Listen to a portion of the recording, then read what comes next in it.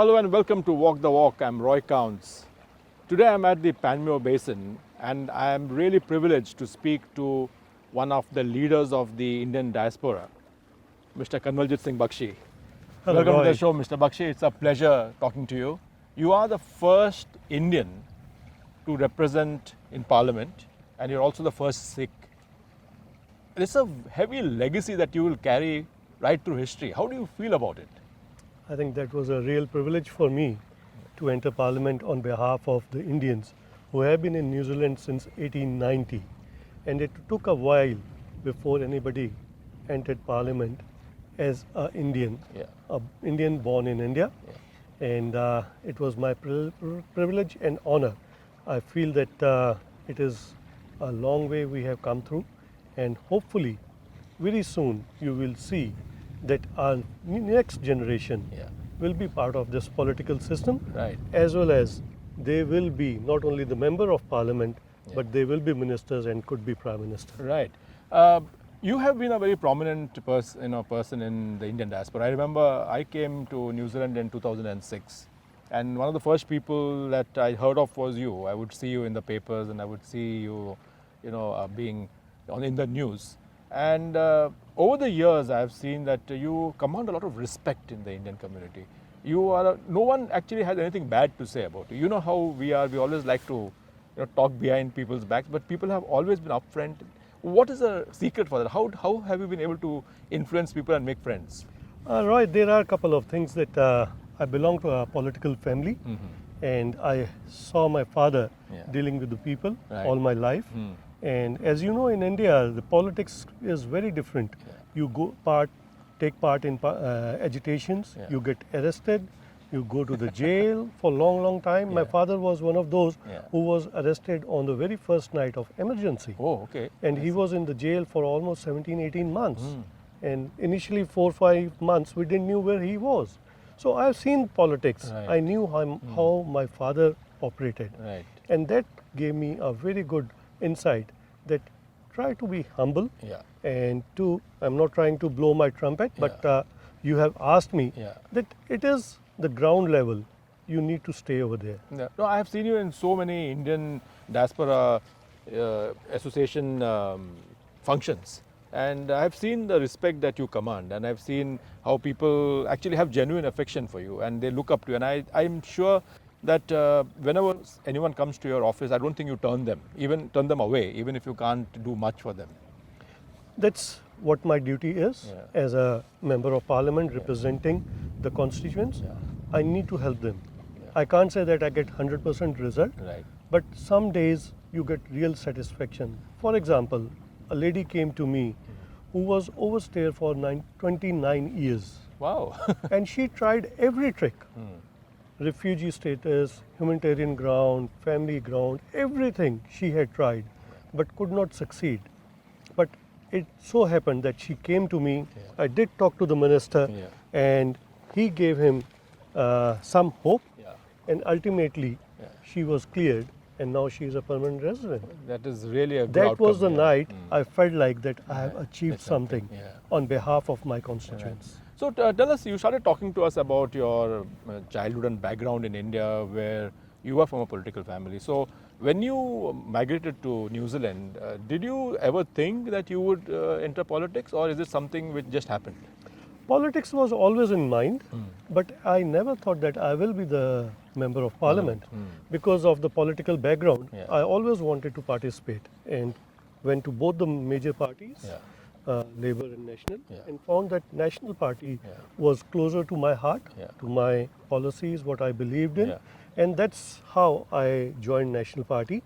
And if you look at the history of National Party, the people have a perception that they don't support the migrants, whereas the first member of Parliament, Pansy Wong, was given by National Party. She is a migrant. Then look at the cabinet minister. Who gave the first cabinet minister? That was National Party. Again, Pansy Wong. But people think that Labour is more pro migrants, but that's not the truth. And now, if we look at our migrant situation, most of us own some kind of a business. And pro-business policies are from the national side. That's and right, we want to ensure government can't operate the business. Yeah. The business have to operate it. Right. And they are best in doing that. We need to Yeah. give them the opportunity. Right. We need to bring the opportunities from them, Right. not only from within the New Zealand, Yeah. but around the world. Right. That's why we have been emphasizing on the free trade agreements Yeah. with the different countries. So you told me that you went to both Labour and National. What do you mean you went to? Did you attend their meetings? You know, how did you? What I can say in very plain English is I went for shopping. I went to both the parties, attended their meetings to see what are their policies. Yeah. I didn't just blindfoldedly Yeah, went to yeah, National yeah, and yeah, joined yeah, it. yeah, yeah. I went to both the parties Yeah. and I felt Yeah. that National is more what I think. Yeah. And because from the business background, always had that intention Right. that I need to join the party which supports the business, Yeah. first of all, Yeah. who can give the representation. Yeah. I started lobbying in National Party that we should have somebody from the Indian community Yeah. in Parliament. Yeah. We have been here since 1890, 90, yeah. but no true representation. Right. There were many cultural issues Yeah. which some of the Pakias, Yeah. MPs Yeah. could not understand. Yeah. And that is only an Indian can understand, or somebody from that diaspora Right. can understand. Yeah. So that's where I started. So I assume you must have started at the grassroots. You must have gone and distributed leaflets and done door knocking and all for whoever was your candidate at that time. How did you then become an MP? I mean, who mentored you? How did you get into that entire rigmarole of party politics? So there was some few incidents Yeah. which really gave me a very good insight about National Party. Yeah. So I went to one of those winter dinners, Yeah. and I was sitting on a table. That was the first time Indians had a table Yeah. at a National Party dinner. Yeah. And me, my brother-in-law, and my friend, three of us, Yeah. two with the turban, one without the turban, sitting at the National Party event. People were coming to us Yeah. to see what's happening, Okay. how these people have come Yeah, to yeah, National yeah, Party. yeah. And suddenly I found someone who came and introduced himself as a member of Parliament Yeah. from Southland. Yeah. And we started talking. We had a talk for about 15 minutes. Yeah.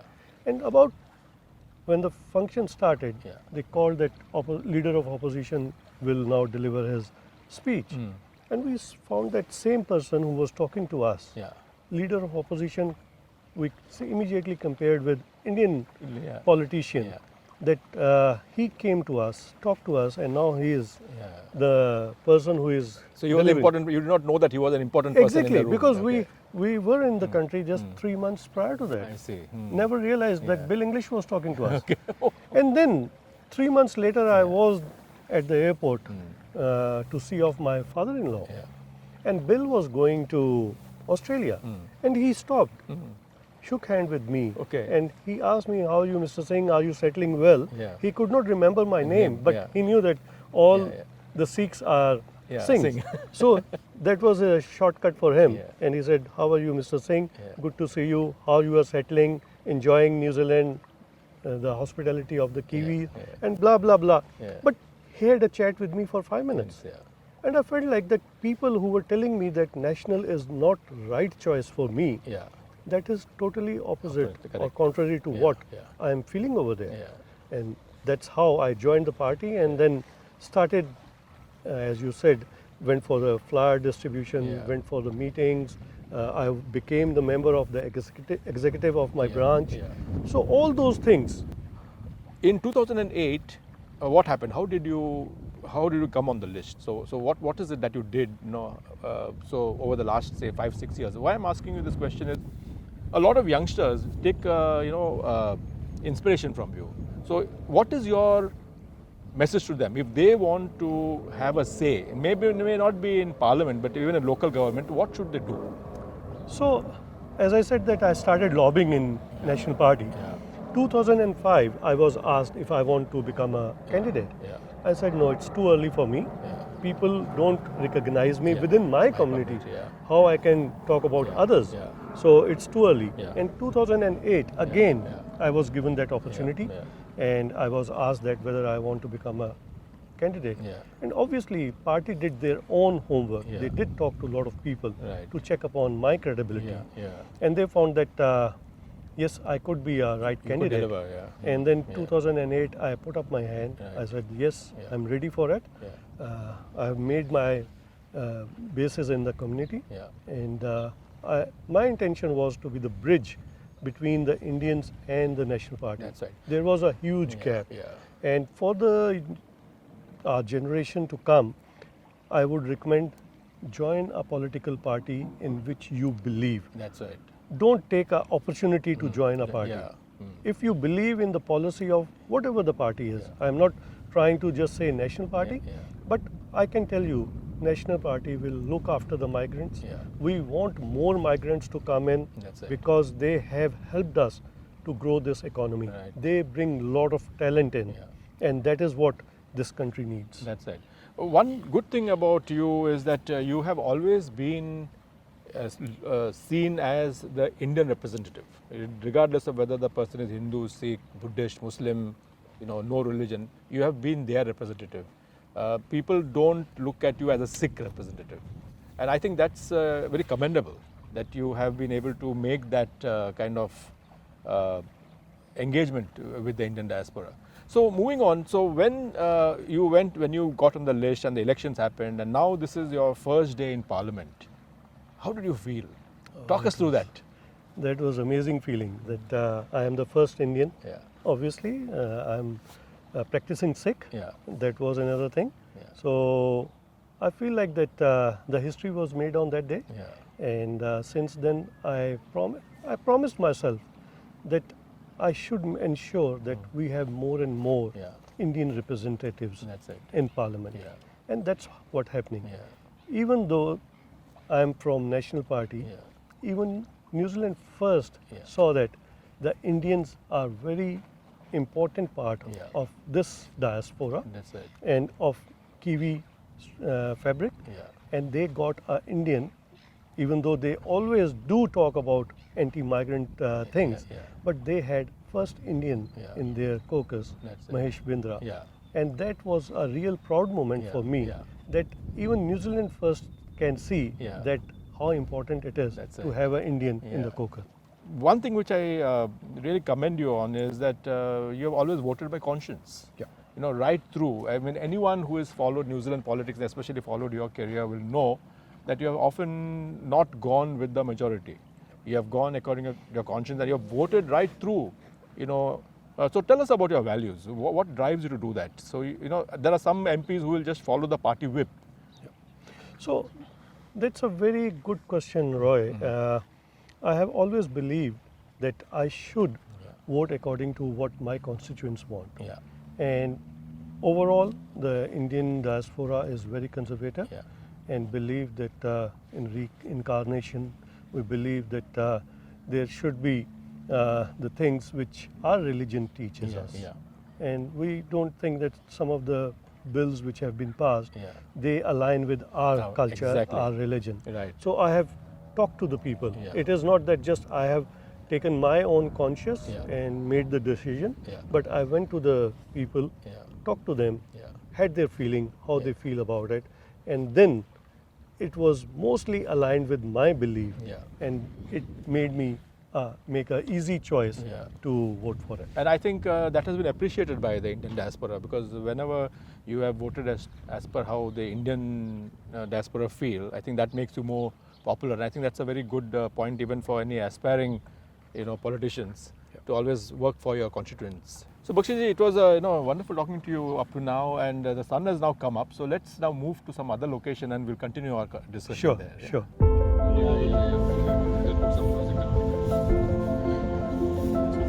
Gives a very good इसके ऊपर ही चलते हैं। So it's a wonderful day today, Bakshi. Thanks for picking this day. It's such a beautiful day, and whenever I see days like this, you feel so blessed to be in Auckland. So, Bakshi, we were talking about your first day in Parliament and how you felt when you went into Parliament. So, before you joined, there was not much awareness of Indians. People knew about Indians, that they run corner shops or they are a hard-working community, but there was not much political information about Indians. So tell us, how did you, meld into the group, into the party and into parliament? Very good question again, Roy.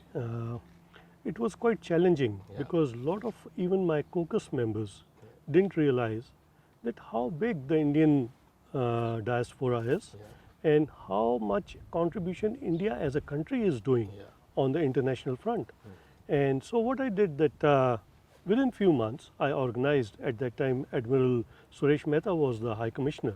So I organized a meeting for the caucus members at a dinner evening to come and give a presentation what India is, which was a real eye-opener for many of the caucus members. I'm not talking about the other side, but from the national side. They had an Indian colleague, but they didn't realize that how much India is contributing, not only in New Zealand, but on the international front. And that is how the things started. One thing I would like to clarify over here, that on the very first day of the caucus meeting, John Key said that even though we have signed up a trade agreement with China, my intention is to get a deal done with India, which was very encouraging for me that the Prime Minister is very keen on building up this relationship. And that's where we started talking about India. And he took 2 delegations led by him, once with the then Prime Minister Dr. Manmohan Singh, and then second time with Mr. Modi ji. And that is where I think that we kept on working hard, even though there were a lot of challenges, and still challenges are there. You went to India with Simon Bridges when he was the National Party leader, and I think it was a very successful trip. And after his return, I interviewed Simon on radio, and he said the same thing about his being very bullish about trade with India. So I think a large, part of the credit should go to you, because I know you're trying to be humble and you don't want to take credit, but I think we should give credit where it is due. It is because of your efforts that today there is a wider awareness of India. I also remember when I came to New Zealand about 15 years ago, the local media, the mainstream media, I'm not talking about the Indian media, hardly had any news about Indians. But now we see that there is more awareness even among the journalists. You get some stories about Indians and India in the Herald and on TV. I think I would like to give credit to the community also. And they are doing such a good deeds that is making awareness among the media also. And we want good stories on the front page, not the bad stories. And that is what happening, particularly if you look at the days in the COVID, how much food parcels were delivered by the Indian community. All over New Zealand, not just in Auckland, but all over New Zealand. And wherever I go, people do talk about it. So those kind of positive stories in the mainstream are required to bring the awareness. And luckily, we had a Governor General who was of Indian origin. And then myself and then other MPs coming into Parliament, and we all are going out and representing not only our community but the parties also, but bringing the awareness. That is where we have really succeeded, and that is where I think we will. I was in Tauranga day before yesterday, and one of our community member stood up for councillors' local body election, and he lost by only 5 votes. Oh my God. So imagine that there is a lot of awareness coming in. People are doing hard work, and we need more and more our people in local body and the central government to come and represent, take up the issues and take up the challenges. There is one feeling among certain sections of the Indian diaspora, especially those who are part of Indian associations. They tend to believe, and I don't agree with them, they tend to believe that the Indian MPs, the 3 that are in Parliament in both the parties, they should represent the Indian diaspora as a whole. Well, in principle that may sound okay, but I personally believe that if you are a party member, your party line comes first, and what is good for your party is then you can then take that message to the diaspora. How do you think, how do you see this? Sometimes it becomes a challenge. The party lines are a bit different than what your belief is. Or what you demand.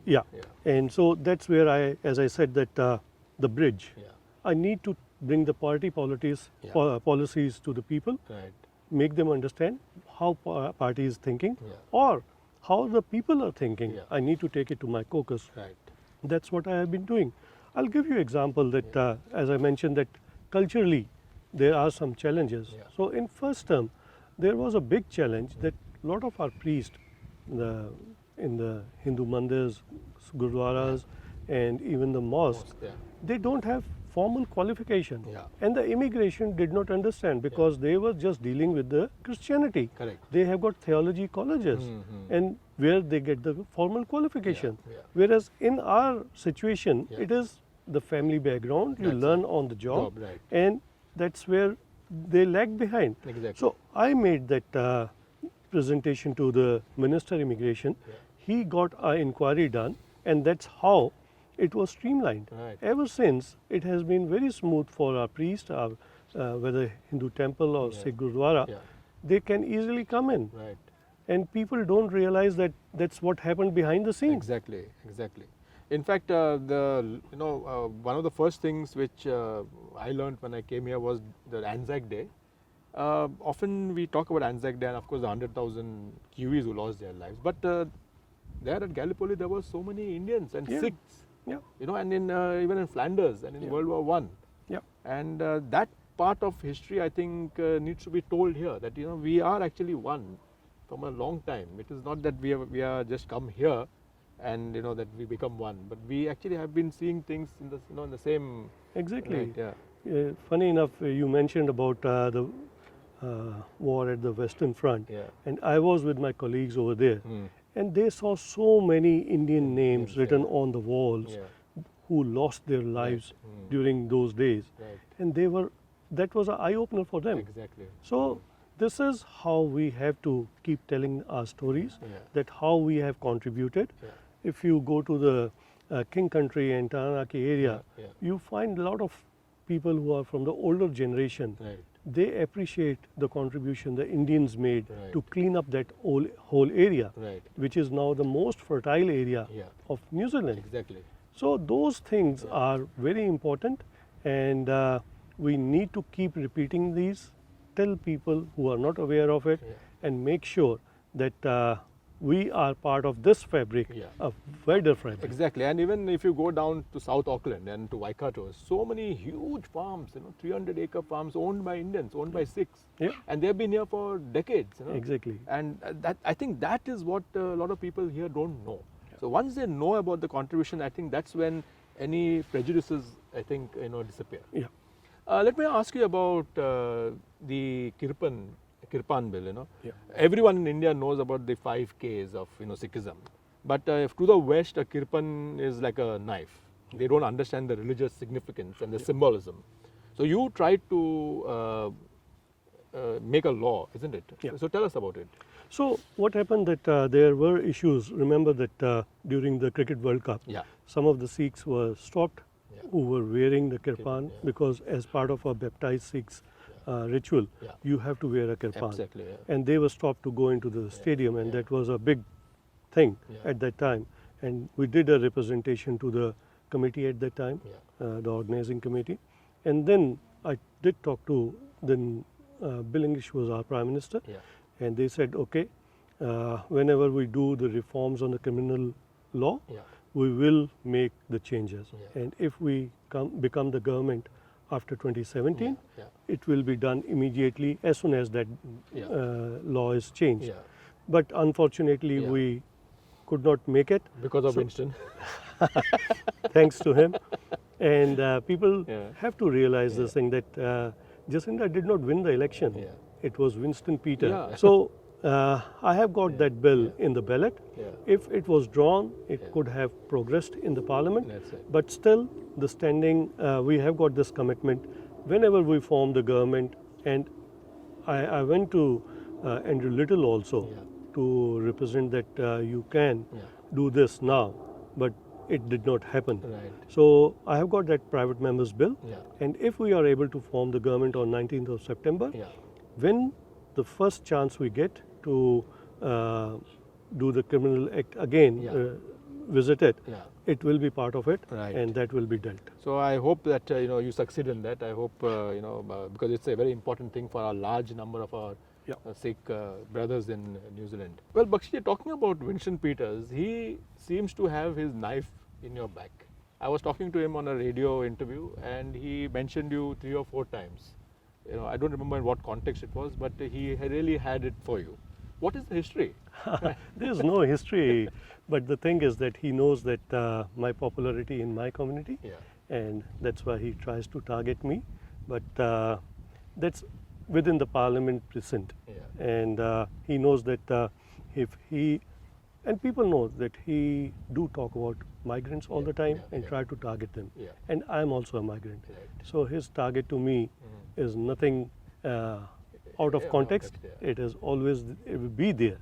That reminds me that when Shane Jones said all those nasty things about Indians, you actually did a telecast from Parliament. Yeah. You went on Facebook and you put a statement, Yeah. official statement condemning it. I think you were the only person to do that, and you did it from Parliament. And I think a lot of Indians appreciated what you did. Yeah, I even did a general debate, Yeah. and I did mention in that. Yeah. And that's where we need to stand up for the community and Right. talk about it. Right. And that's how I feel that that's my responsibility Yeah. to talk about. Sometimes people don't understand that there are many more issues Yeah. which are not highlighted from time to time.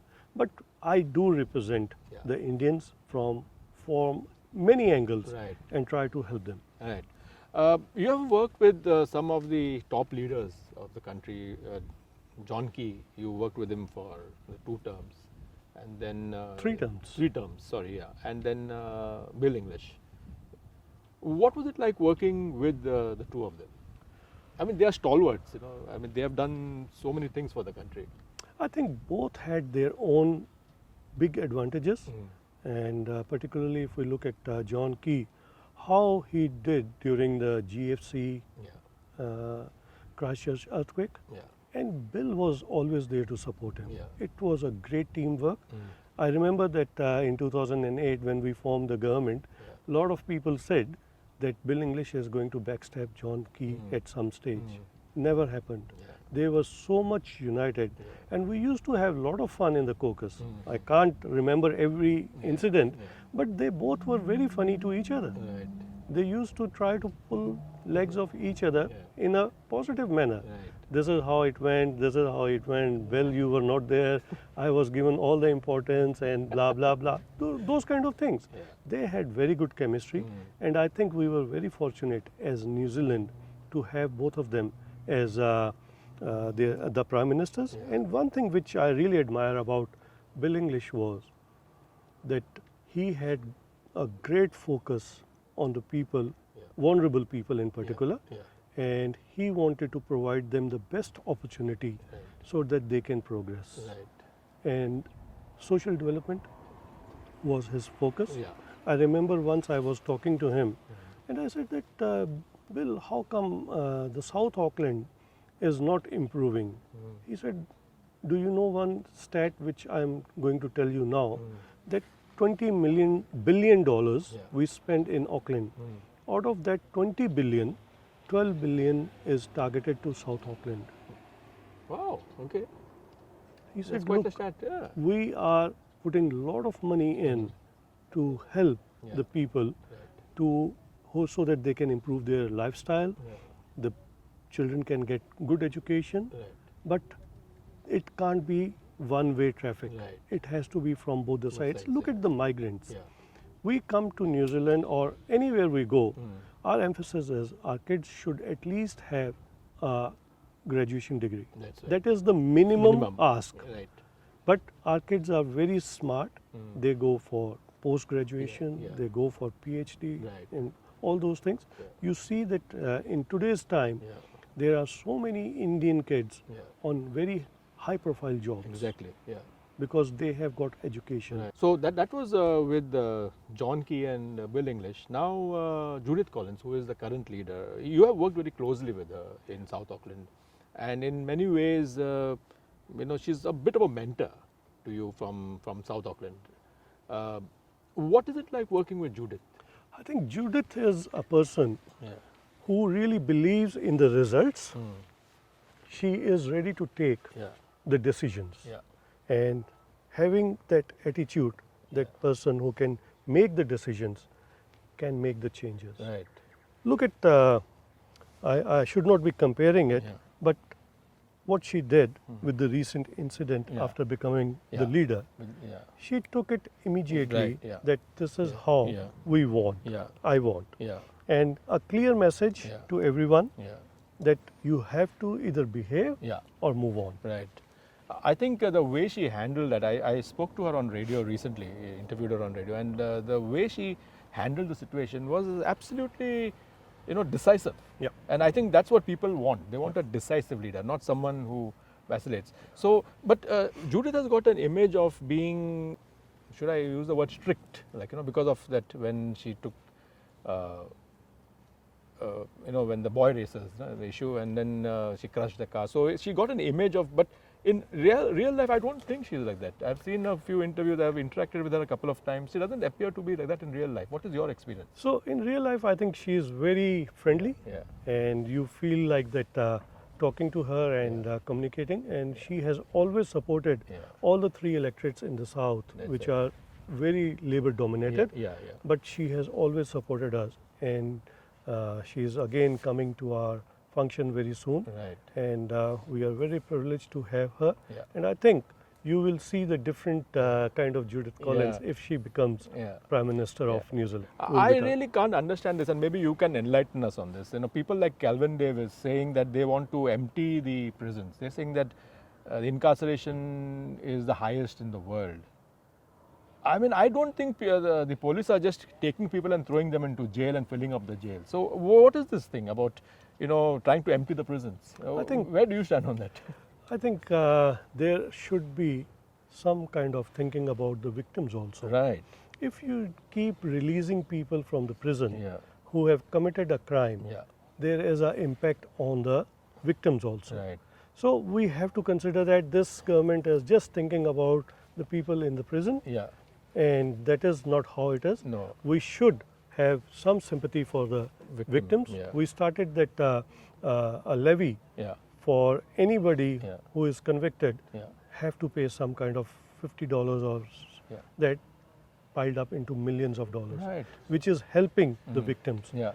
to go through the process if they have to hire a lawyer Yeah. or they have to go for Mental a health. psychiatrist. Yeah. Yeah. So those things Yeah. are helping it, and we will continue on it, and I can assure you National's policy about crime will be always tough. Bakshi ji, it was wonderful talking to you on such a beautiful day and such a beautiful location. So many things you told us and gave us insight into your political viewpoint. So I really appreciate that. Thank you for coming on the show, and I hope our viewers have got some insights into what's happening in current politics. Thank you so much. Thank you, Roy, for the opportunity to come and talk to you. You're welcome. And thanks to your viewers for having the patience. You're welcome.